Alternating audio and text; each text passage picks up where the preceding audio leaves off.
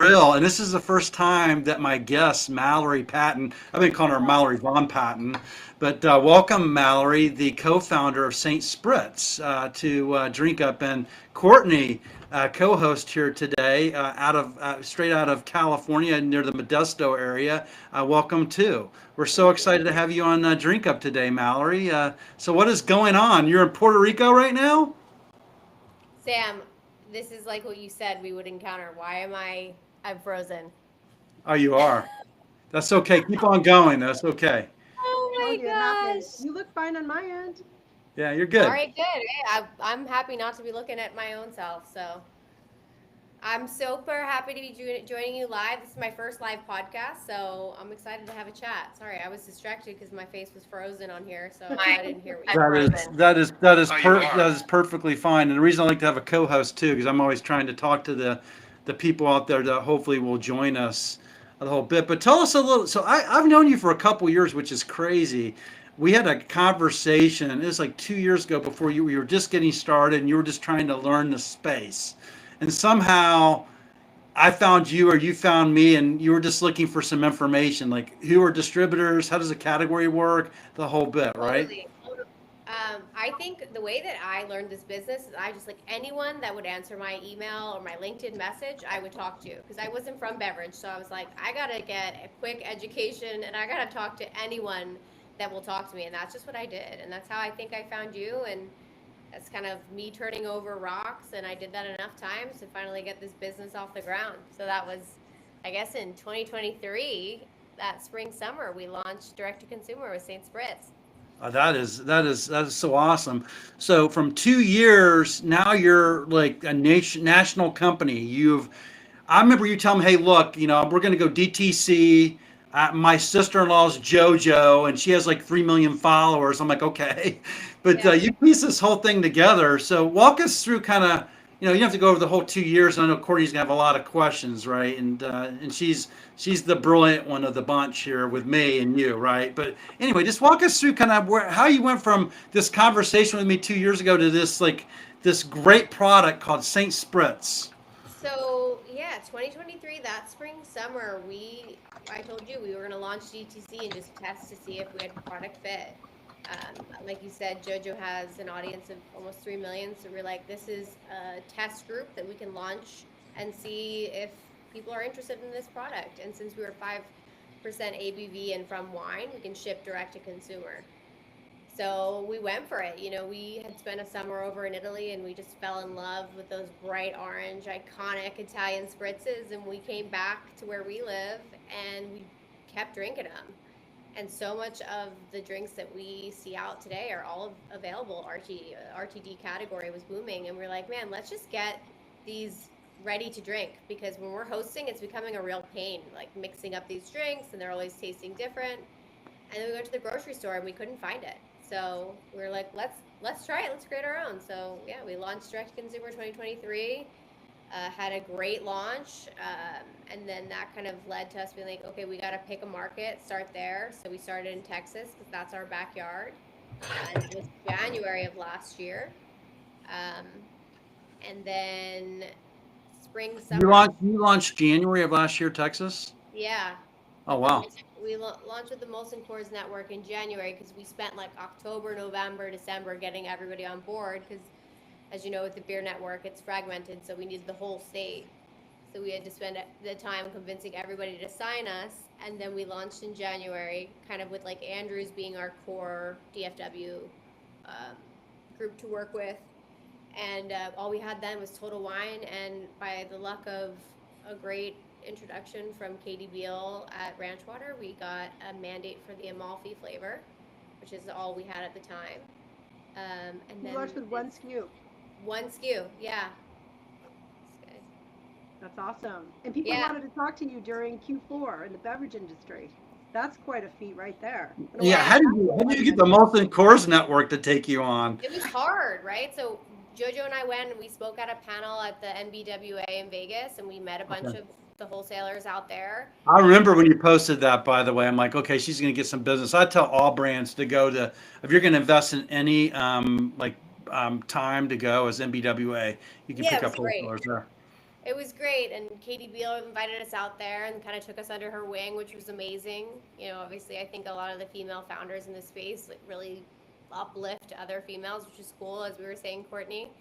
But yeah, we got the network together for Texas, launched in January with HEB and Total Wine, and then this past summer got a test within Target. And at that point, we had launched our two other SKUs, which are Sicily and Hugo. So basically, St. Spritz's iconic Italian spritzes, and it's just those three. And the test within Target went super well. We were outperforming the category. They said, I think by 20x in those sample stores that we launched in. And they said, hey, can you launch the state of Texas for October? And we were like, woohoo, Target, October. And then in October, they asked us to do national for spring. And obviously Wow. that's back into October, November, December. And I said to the team, I'm like, there is just no way we're going to get distribution together for spring, like in October. And Target just became an awesome partner for us. And they said, what if we help you lead those conversations?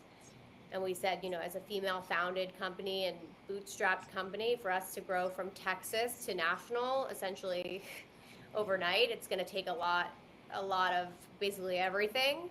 And Target really leaned in, and they were like, we're really behind this brand. It's very Target. We're going to support you with end caps. We're going to help you guys build your brand within Target. And we had connected with another female founder in the space who said, like, Target will do what Target says they're going to do. And if they're interested in helping you build your brand, they will do that. And it's just been a great part of our journey. So yeah, this spring, last week actually, is like really when everything started hitting the shelf. So national at Target, and then in between that time, we got 505 Walmarts tacked on, and we got a test within Whole Foods for Texas, and Total Wine matched the Target footprint. So So like I'm going to Bentonville this Thursday to call on the whole beverage out team with the brand that I represent. yeah. But what was the like? How did you convince Walmart to take in your brand into 500 plus stores? So we didn't. Walmart was an interesting one because they came to us. The buyer, who's a really sweet woman, had tried the product in Florida from Total Wine, and she just said, like, I love this. I want to put it in the planogram. And I was like, oh, okay. And I'm the person that does our sales B2B. Like, to be candid, I've never worked in beverage, so I'm like, okay, I think Walmart wants 505 locations, and talked back to the team, and so yeah, they said we'll take a mall fee for 505 locations, and it just like that they came to us, which was really cool to see. That kind of happened. Sorry, go ahead, Courtney. Go ahead. Sorry, go ahead.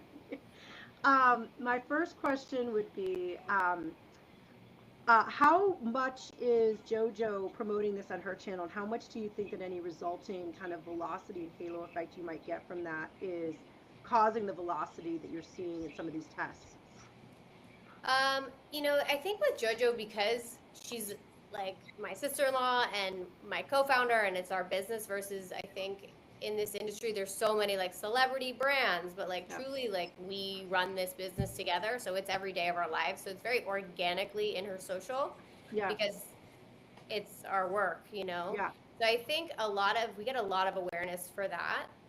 And I think that was part of the reason why we took the jump to go national, because we felt like JoJo had this big audience, and we were in Texas, and we had some like spotty, like we're in some Targets or we're in some HEBs. Yeah, it's hard. And it was really hard to drive that consumer to purchase.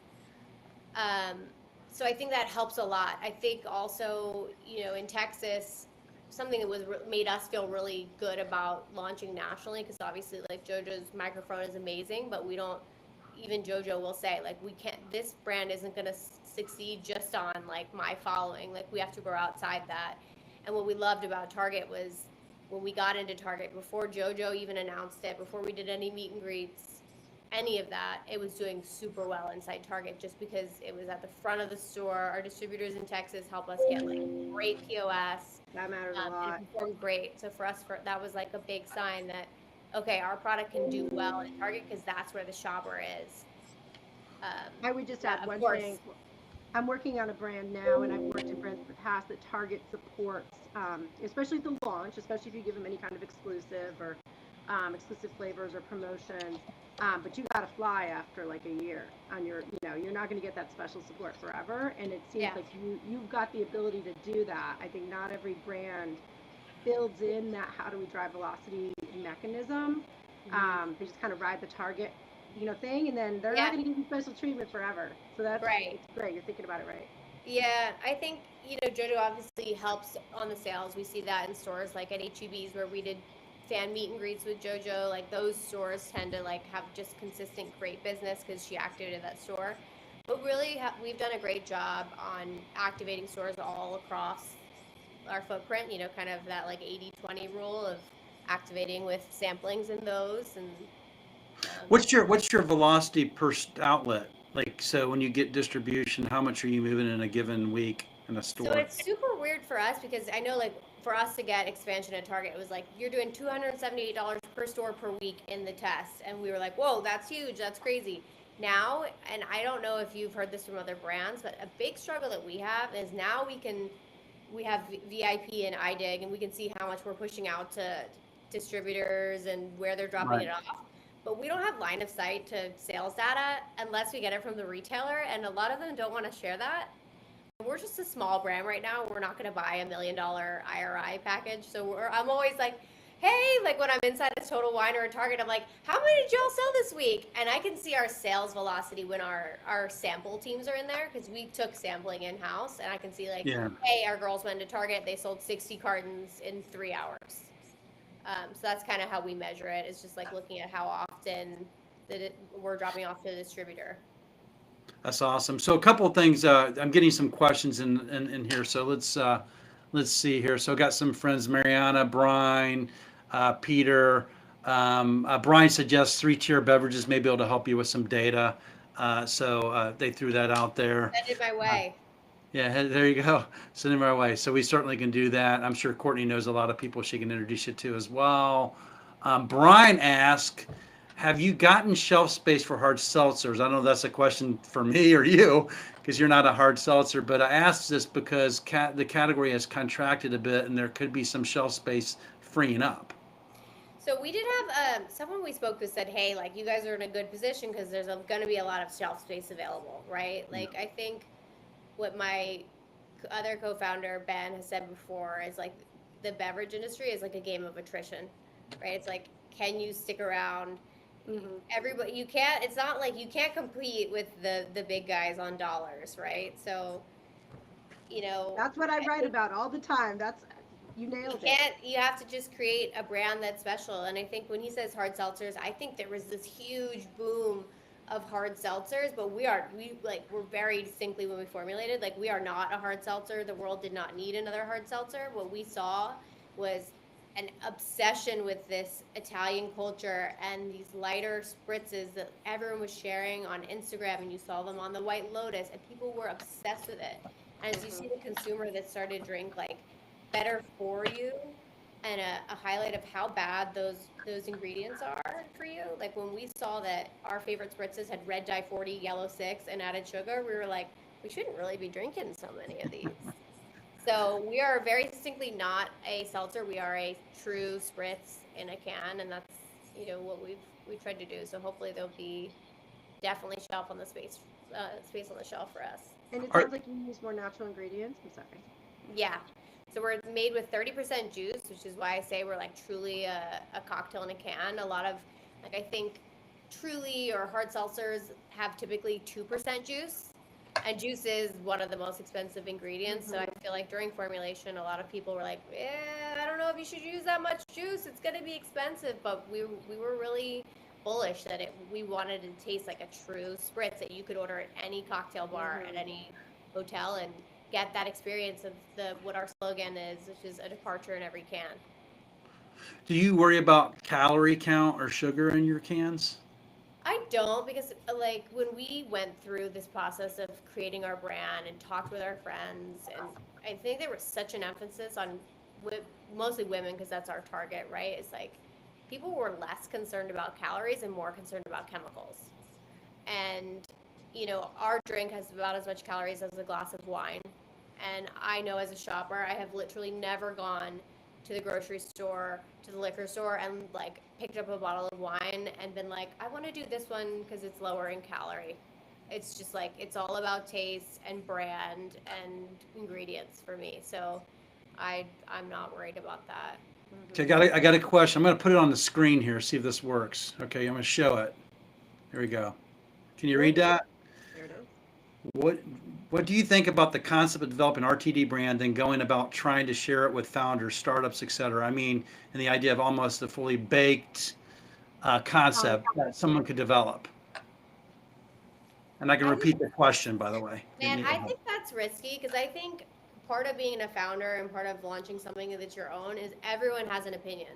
Early on, Sam, when I was calling you, I was also calling like people who had either invested or started their own RTD, and everyone had different feedback. Like there was no like unanimous thing. It was like, oh, you have to be sugar brew based. You're not going to be able to make this work as wine based. You got to be in 10-ounce cans that are small. You got to be in 6-packs. Like it was different feedback from everyone. So I think I would say no to that because I think it's almost like analysis paralysis. You would, if you have something that you feel passionate about and you feel like there's a gap in the market for, I think you can launch it. I don't think asking other people maybe for feedback in terms of how you can scale and avoid some trenches, but I think if you're confident in your an idea, then just go for it.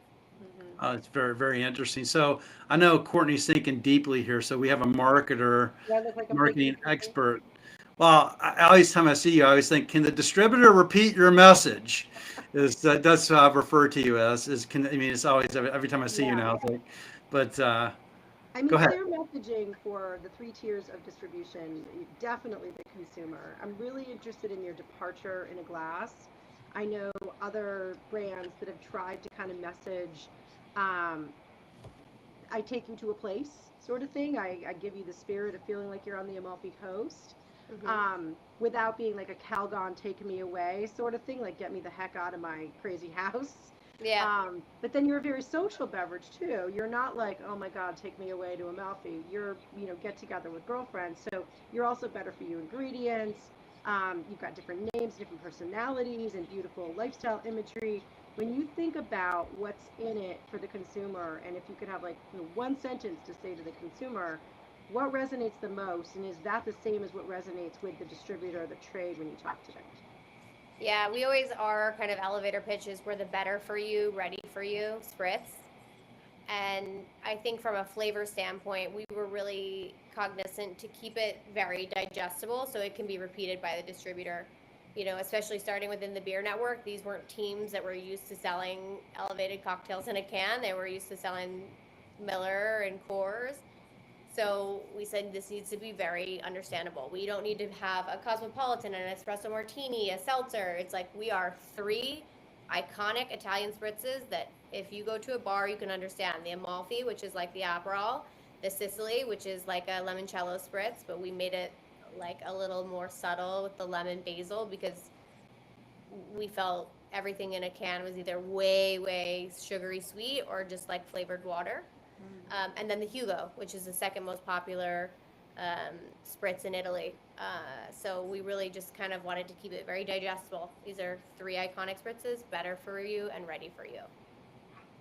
Do you ever think of going to a bigger package size at some point, or will you stay in the single serve cans? So we are in 12-ounce slim cans, but we're sold in 4-packs. Yep. And then in Puerto Rico and the Caribbean, which now I'm actually really excited, we have a partnership here in Puerto Rico with CC1 with Coca-Cola because we live here and we wanted the products here and there was some demand for it. So we launched the Amalfi here with them. They obviously had data on their side. They were like, look, the growth of Aperol on the island is up 70%. Like we can sell this product very well here. And for us, from a brand standpoint, we knew we were going to chase the U.S. and we didn't have too much bandwidth to grow where we were living. So it was a good partnership to form with Coca-Cola from a data standpoint and just a production standpoint because they're vertically integrated here. So we launched Puerto Rico with a smaller can, which is, this is our U.S., this is our Puerto Rico. This is a bit of a more price sensitive market, so the smaller can makes sense. And then they did 6. Which is it's been really cool to see, just, testing out in different spots. But yeah, we're in the 4-pack right now, and with the 3 SKUs, and I think our next innovation will be in a variety pack. So Brian comes in, and we might have a surprised guest. Peter might join us from Brandartica. He had a I'm dying to question. come into this conversation. I know he's interested. I said just use the same link as he was on this past weekend. But Brian asked, I'll actually put it on there so you can read it too, and if I don't butcher this. But ready, here we go. 750 or 1.5 could be interesting, very much occasion based or an in and out. Not sure I feel about it. That would be curious to hear Courtney's point of view. That's what I was kind of getting at. Would Yeah. would you ever give any thought to more of a multi-serve or pouring for friends? Thinking about your ideal occasion, are people mostly sipping out of the can, or are they in their home entertaining and pouring it into glasses anyway? At which point would you consider ever having like a 750 to pass around? I think we would love. Wow, welcome. I think we would really love the opportunity to innovate into 750, and we've actually talked as a brand, like, wow, it'd be really cool to get these in 750 mLs and chase them like on premise at like your Nikki Beaches of the world or your Bagatelles. But I think for the life cycle of the brand that we're at now, the single serve makes sense because it was solving a need and what we felt, which was like, man, sometimes I want to have a spritz at my house, but I don't want to open a whole bottle of Prosecco and toss it out. I know they make those like stoppers, but like I'm not trying to mess with all that. I just want to crack the can and go. And for us, the occasion that we saw immediately, especially as we grow the brand, is like people taking it to the beach, to the park, in their backyard at a like soccer game. It's just the easy access of popping a can and pouring it over ice. I love the idea of 750 mLs. I just think at this stage of the brand, we're female, family funded. Like we can't have so many different SKUs, and I want to. Right. You need to stay focused. I agree. Yeah. Meet Peter, my friend Peter. Peter straight from Brandartica, but he had some questions. I'm like, hey, you can come in and join us and ask the questions. Like meet Mallory. Mallory and Courtney, it's a pleasure to meet you both, and I love listening to you guys. So there's a lot for me to learn, and of course, Sam at this point is regretting ever making eye contact with me. So, and then I, on top of it, was like, oh, look, I can get in and ask to be on the call. The truth is, Courtney and Mallory, I'm a horrible typist. Me trying to craft a question that Sam then has to translate into English is not fair. So I wanted to expand. I was the guy that asked the question about, what if you were not a product development person? Okay, so like I have no interest at all in developing a ready-to-drink product, right? But lately, I've been flexing my creative muscle to go, I'm going to make one with no client oversight and nobody to tell me what to do or not to do. I'm just going to make one on my own timeline and have some fun. And then I came up with some really interesting options. And what I wanted to ask you was, is it nonsense? And you may have already said yes, Peter, it's nonsense. But I wanted to make sure I was clear. Is it nonsensical to try to develop a full-baked, almost baked brand of a product, let's say a water, okay? And then take that to people who are really expertise in developing product and getting it to market. So what I'm saying is I have all the interest in the creative side of it, but very little interest in like having to do that really heavy work, which I mean no offense to anyone by. What do you think about that? Is it still crazy town? I think it's tough because is this for Courtney? You're the one that did something in that space, so you answer. I would say I'm interested to hear your feedback, but what I would say is I think that's tough because I think this is why you see so many big brands like your Constellations of the world. They have in-house team that can make creative and whatever. I think the hard part is building the community and the brand. Mm-hmm. So I think that is really what you have to bring to the table is like not just the creative and something beautiful. It's you've got to prove because anybody can create something beautiful, especially with AI. It's like it's so hard, even like for us, it's like we've created something that tastes great and looks great, and like JoJo has 3 million followers, and like for some odd reason the buyers answered my email, so we got onto the shelf, and it's like it's still a dogfight to Yeah. get it on the shelf. I can see that, and especially if you're not a JoJo, I look at that and go, yeah, that is something that is So important. Courtney, I'd be interested to hear what you'd say, because I don't know. Maybe from the other side, maybe if you took an amazing idea to one of these big companies and it was just like a design package, you could sell it. I don't know if anyone's ever done that. I mean, I've actually been talking to some people about doing it. Go ahead. All right, it's your Christoph. Let's go. All right. Well, Courtney, maybe we should talk. No, I appreciate the feedback. I really do. And I will leave you with this, because then I'll get out of here. Okay. I'm sorry.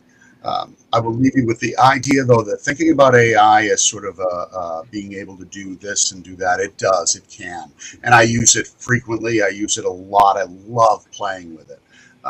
But AI will never miss me when I'm not around to ask it questions. AI will never create any artwork that's based in an emotion, a real emotion that it owns, not one that we fed it. So I caution, I think of it and I go, it's such a great tool, but we have to always keep in mind there's so much power in someone's physical emotion to make stuff. I agree. Yeah, no, I it's like, how do you argue with that? I'm trying to figure that out still. But thank you. I think you both are rocking, and I'm going to keep listening and get out of here.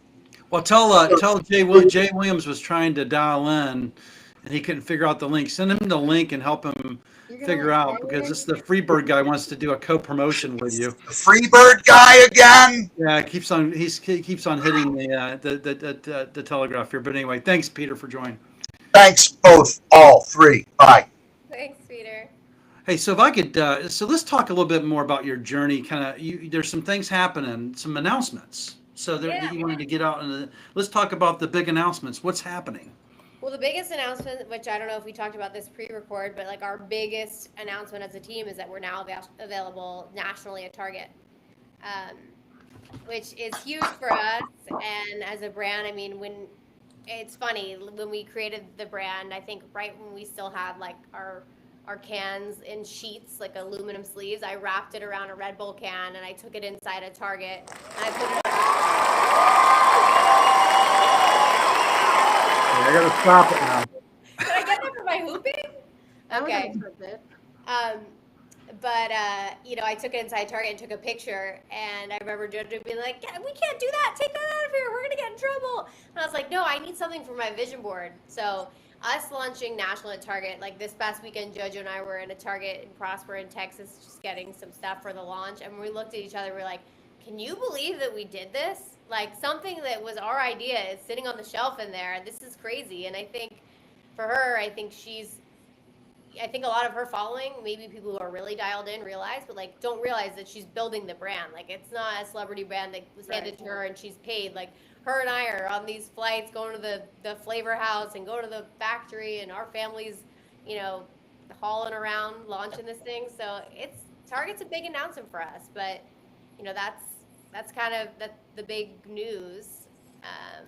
That's great. That's awesome. So congratulations. Not many brands reached the milestone that you've reached. I was at BevNet this past, I guess, fall. And what did they say? 95% failure rate, Courtney, when we were there? Oh, yeah, I cite that all the time. Yep. So first of all, you're 2 years in and you're still growing, and so much more runway that has to go for you. So, which is awesome. So what's next for the brand? So that announcement, but what's next? What's in your mind? Like, where do you see things kind of evolving, and where you want to take the brand?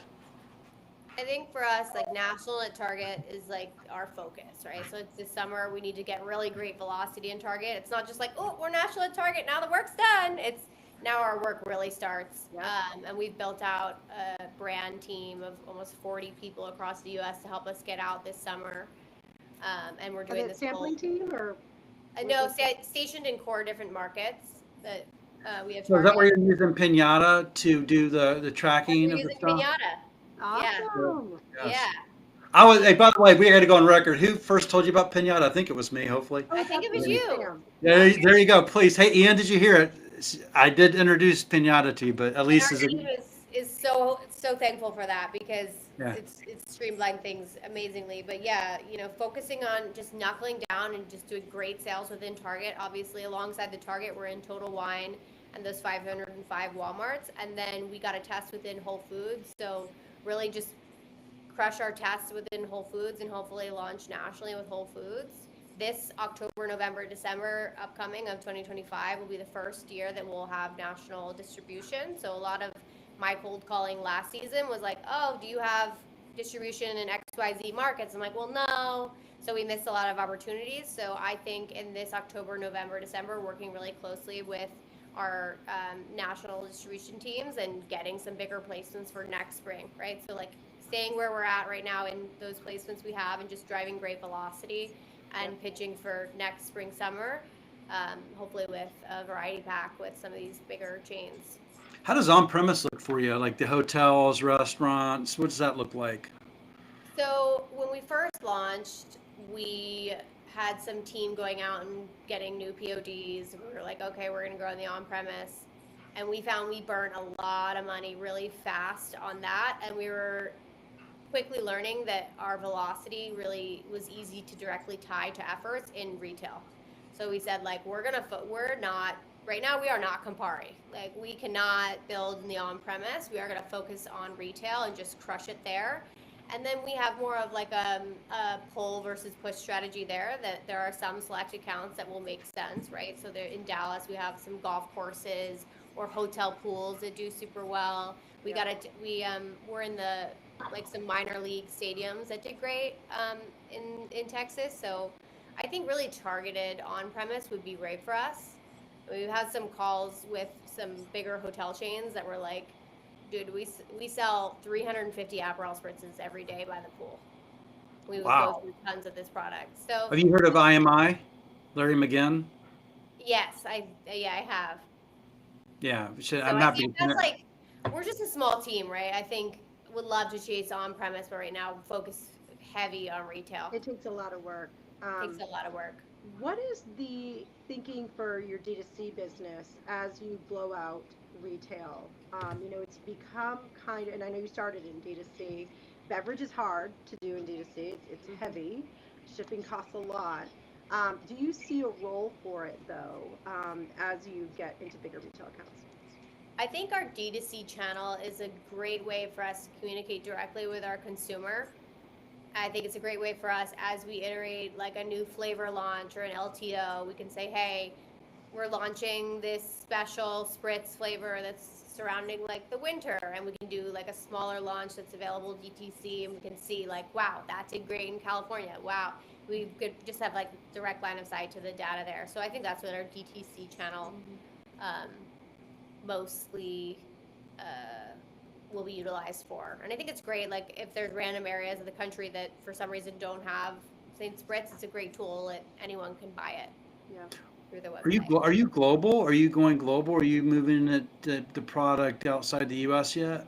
Well, we're doing the production locally here with Coca-Cola in Puerto Rico, and just Right. last week we decided we have our contract goes like through the Caribbean with CC1, so the last year has just been Puerto Rico, but now we're going to push to surrounding islands like St. Croix and the other ones that have distribution with Coke. I would love to go global. I think, again, I always keep getting back to this, but as a small brand, because we've had some like distributors from Europe or South America reach out, and it's impossible for us to be all things to everyone, and I don't think we're ready to launch the UK market or any of those other markets until we've proven ourselves. Maybe cruise lines would be a good place if you haven't looked there already.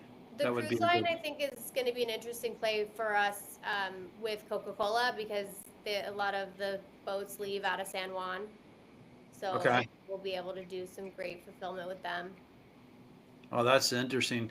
All right, so the last 10 minutes, I just really like Jay you've just asked had. a question. Oh yeah, no, go ahead. So this is great. Go ahead. No, Jay just asked a question. Oh, who? Oh, go ahead. Jay, how Oh, can you Jay support- Jay Williams? Yeah. Jay, is that Jay? So Jay Williams, he's the founder of a company called Freebird. You and Jay need to meet Mallory. Yeah, He's we've connected on LinkedIn. okay. So first of all, you should watch what he posts. It's the most amazing human being on planet Earth, other than you. You're more amazing than Jay. All right, Thank you. but here, so so basically, he said I love her, but here it is. It said, how can you? Okay, here we go. Here we go.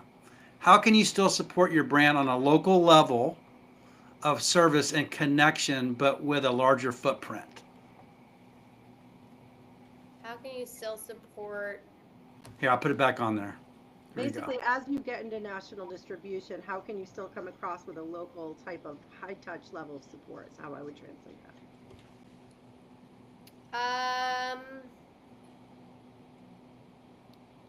Well, I would say like we've never been like I'm not really understanding the question here. To be totally candid. You're in there like giving a lot of love to your accounts. You're hustling. You're fulfilling out the back of your car, as you said. There's charm in that. People love buying from people. You're high touch. But as you get more and more removed, as you become national distributed in Target, I would say that we've created a team like on the back end, especially with our brand ambassadors that I spoke to earlier. And I think I made a LinkedIn post about this, but we have created sort of a culture within St. Spritz that I don't have a better word to describe it other than like this sorority of people. It's just like we've created this community of people that work with our brand that are so passionate and like feel our vision that they're selling just as well as we are. You know, some of our like early team members are on our brand ambassador team and they're so bought into the vision and like everybody's starting to feel like family, and we have like a group chat going that's like I sold 60 cartons this weekend in Target and everybody's just hyped up. And I think and are they fully employed by you, or is that an outsourced team? They are not fully employed. No, it's a hourly contract. But what's amazing is we've created this. What we found is I think after COVID, like people just want to connect and have community. It's kind of nice to have something that's like wholesome. It's surrounding work, and we have these like Zooms where we all chat. And I think that that's been really helpful for us to grow our footprint because obviously we can't be in every market. But now it's cool to see like one of our first brand ambassadors was another person who works for the company's sister, and she's just become like St. Spritz is her persona now. Like we call her like she's just like our mascot. She shows up to a tasting or as if it's an event in Frisco that's like a wine walk, and she'll sell our story just as hard as I would. And I think that's just comes from creating a really great team. So what do you call these people? Are they like, you have a nickname for them, or what you call them, like the Amalfi crew or something? Or I think early we called them like the St. Spritz Angels, but now it's like the St. Spritz brand ambassadors.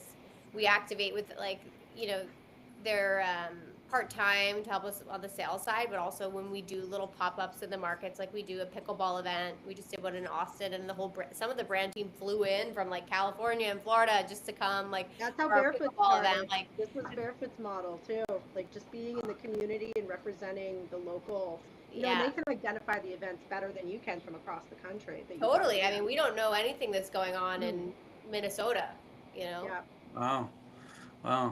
Jay said the sprinklers, but that's brilliant. So can I become part of the crew? Can I join? Yeah. All right, good. All right, absolutely. Awesome. So, you like spritzing, you can be part of the team. Oh yeah, man, it's 100%. So this journey hasn't been easy. So I want people to know this. So like people fail more than they succeed. I was just on with another guy that did bottle keepers, and he said the most amazing thing before he answered the question. But I said, well, you failed like 11 out of 12 months before you started. He goes, no, I failed 11 out of 12 months for 10 years. Yeah. And I was like, wow, holy cow, right? So an entrepreneur like you. So like, tell us a little bit about like what was been hard, and then how do you overcome the hard, and kind of where you're at now. I think like when I'm on here and I tell a story, it's kind of like when you go on someone's Instagram and you see the highlight reels. It's like all the good, but like what you don't see is me staying up till 11 p.m. and then like turning around for a flight at 4 a.m. and barely missing my kids' soccer game because I have to make it to a production run. So it's definitely been hard, but overwhelmingly a lot of it has been really great. And I think a lot of that is because we work as a family. So it's not like I'm being pulled away and it's this thing. I'm getting to build a business with my sister-in-law and brother-in-law, and now my sister, who used to work for Gwyneth Paltrow for Goop, is on our team too. Wow. So it's just like, I think keeping a positive mental attitude despite all of the hardship, because it's all going to be hard. Like, it's just, they say choosing your hard, and I look at this as like an opportunity. Like, how amazing that I was able to create this brand that was in our heads and we took off paper. Like, that's some people's, like, they never get off to that start. And how amazing that we were able to secure distribution. Like, all of it is, we're just really lucky. And I think just being positive and just not panicking is a big thing, because if you panic, it's something comes up all the time. Something was wrong on the cans, and we got to change the cans, and we forgot to file this thing. We got to do it. Everything's like a fire drill. But I think what's helped me as a founder is like, panicking absolutely does not make anything less hectic. So just being like, okay, how are we going to tackle that? Oh, wow. So it's the calm amongst the storm. Go ahead, Oh, Courtney. sorry. It would be the only call of the day if I didn't mention the word tariffs. Are you panicking about the tariffs, or are you guys kind of creatively figuring it out? Is it affecting your business? I'm not super panicked about the tariffs, because a lot of our procurement happens like in advance. Like, we have to put deposit on cans for the year, and a lot of that is worked out. I'm sure there'll be changes for us, but most of our stuff is in the United States. So I'm not worried. I mean, I think it would be probably awesome for us if there was a 200% tariff on Aperol. Oh, there you go. I mean, who knows? But yeah, everyone keeps talking Arbitrage about, opportunities. you can never predict what's going to happen. So for us, it's who knows what's going to happen with tariffs. We just got to mash on and do the best that we can do. I think part of making your business a success in beverage is just like, what we've learned is adapting really quick, because we've made bad decisions too, whether it's like a hiring decision or a packaging decision, and it's not letting it go 6 months and then being like, that was wrong. It's like, hey, after month one, look at it, and what did that do for you? We did that with the tasting. We outsourced all of our samplings early on, and I think our first month we burned like $100,000 on samplings, and then we looked at the numbers and it was like 0 cartons, 1 carton, 2 cartons, and we're like, we might as well just giving this stuff away. Like, this is not good use of dollars. So we like pivot immediately and trained up our own team, and like, I moved my family back to Texas for the summer, and I was in HEB and in Target, like growing the brand. And I think just adapting quick and not panicking. That's amazing to be able to. I think to be able to pivot for sure is. I've been an entrepreneur for 2 years, and it's not for the faint of heart by no means. And everybody's like, they put the romance out on LinkedIn, but I got to tell you, I'm working 18-hour days. Yeah. Oh yeah. And it's tough. I mean, you see, like, I took a shower before this call, but I came off an airplane with my 3-year-old, and I was nervous to get back on time because I had to get Target to get this stuff before our launch. And it's a lot of like, it's like tense all the time, and you have to find your own peace within that, because as a founder, it could take over your life. Mm-hmm. What do you do and I'll let Courtney, actually, Courtney, why don't you have your closing thoughts, and I'm going to put it to Mallory to have her closing thoughts, and we'll wrap up. Courtney, from the conversation today, anything that you want to share with Mallory in terms of thoughts, other than you can't use this when you've used it already. Can the distributor repeat your messages, quote, unquote, Courtney? No, my piece of advice, I think you're doing a lot of things right. My piece of advice would just be, I get anxious when I see brands that have only been around for less than 2 years and are already going national, and Target and huge amounts of Walmart. Just thinking about your consumer, where they shop, what the occasion is, and staying close to that occasion. I think the pool bars that you mentioned, what kind of halo effect does that give you? And what's your channel rollout strategy over the long run? Because I believe that there's no race. I think that being national in Target is a huge achievement that many people would want. Just make sure you can really support the velocity, because it's hard to get it back if you lose it. And what's your sequence plan? But I really admire what you're building. You're doing an awesome job. Thank you. Yeah, and then what would you, Mallory? So thanks for the announcements. So what do you want to leave with everybody about your brand, about you, anything? If you're going to leave this podcast, what would you want everybody to take away from this conversation today? I want everybody to go to their nearest Target and buy all 3 flavors of Saint Spritz and support us. I think it's cool, like, and why I was so bullish about doing this podcast is like, I want people to hear our story because I think a lot of times when stuff shows up in the grocery store, people have no idea. And I find like for me now, because I follow a lot of CPG brands, and I go through a grocery store and I'm like, I'm buying that because every person in here that's not like a huge conglomerate is like bleeding on the pavement to get their stuff in here. So I want to support it.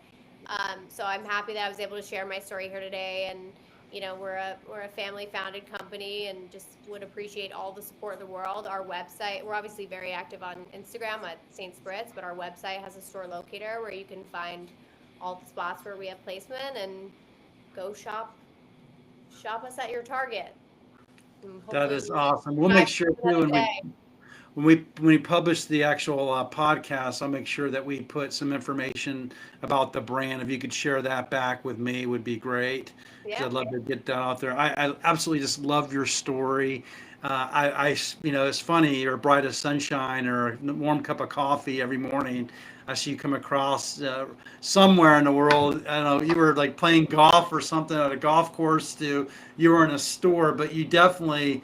I know you're working hard because you were texting me on a plane when you were flying. I'm like, are you going to show up or not show up? So I know you're a hustler and definitely have my full support and all the people out there that joined us today. Mariana, Marina, Jay, myself, Courtney, Peter. Thanks for popping in. It was great. Hopefully you're okay with that, Mallory, to have people show up and engage with your brand. I'm so excited for you, and I'm so excited to see what the future brings. Yeah. Well, as our kind of motto here is just do it. So here we are. We're launching national. I know, Courtney, it's fast, but we just felt, with drinks, there's a moment in time, and everybody's spritzing right now. So. Yep, I agree. Everybody is spritzing right now is a powerful statement. So there you go. I'm going to end it with a spritz for me. Oh, there you go. Wow, there you go. Well, enjoy the spritz, everybody. Thank you for joining us on a happy hour on a Monday, and we'll see you soon. And Mallory, I'd be remiss to say you're always welcome to pop in. So actually, yeah. So when we have Jay on, you can pop in on Jay's piece. Would be great. I know he'd love to have you on as well. And Courtney, thanks again for joining us, co-hosting today. Oh, look at that. This is the Hugo. It's like our latest flavor that everyone's obsessed with, and the Hugo Spritz has gotten so popular in America that it's a little bit trickier to make. So glad we have. What's the ABV, Mallory? 5%. Okay. So light. Yeah. I always say that I rose out of the like rosé all day generation, and I have 2 children now, and I don't know how I drank so much wine back in the day, but I can't drink like wine all day or I'll feel terrible. So the spritz for me was like a major solution. It's light, it's perfect. I can have 1 or 6. Yep. Absolutely love it. Well, thank you too, and stay on the line with me, and everybody have a great Monday. Cheers to the day. Cheers. And that would be, let's see if it stops. There you go. That's a wrap. That's it. So I'll give you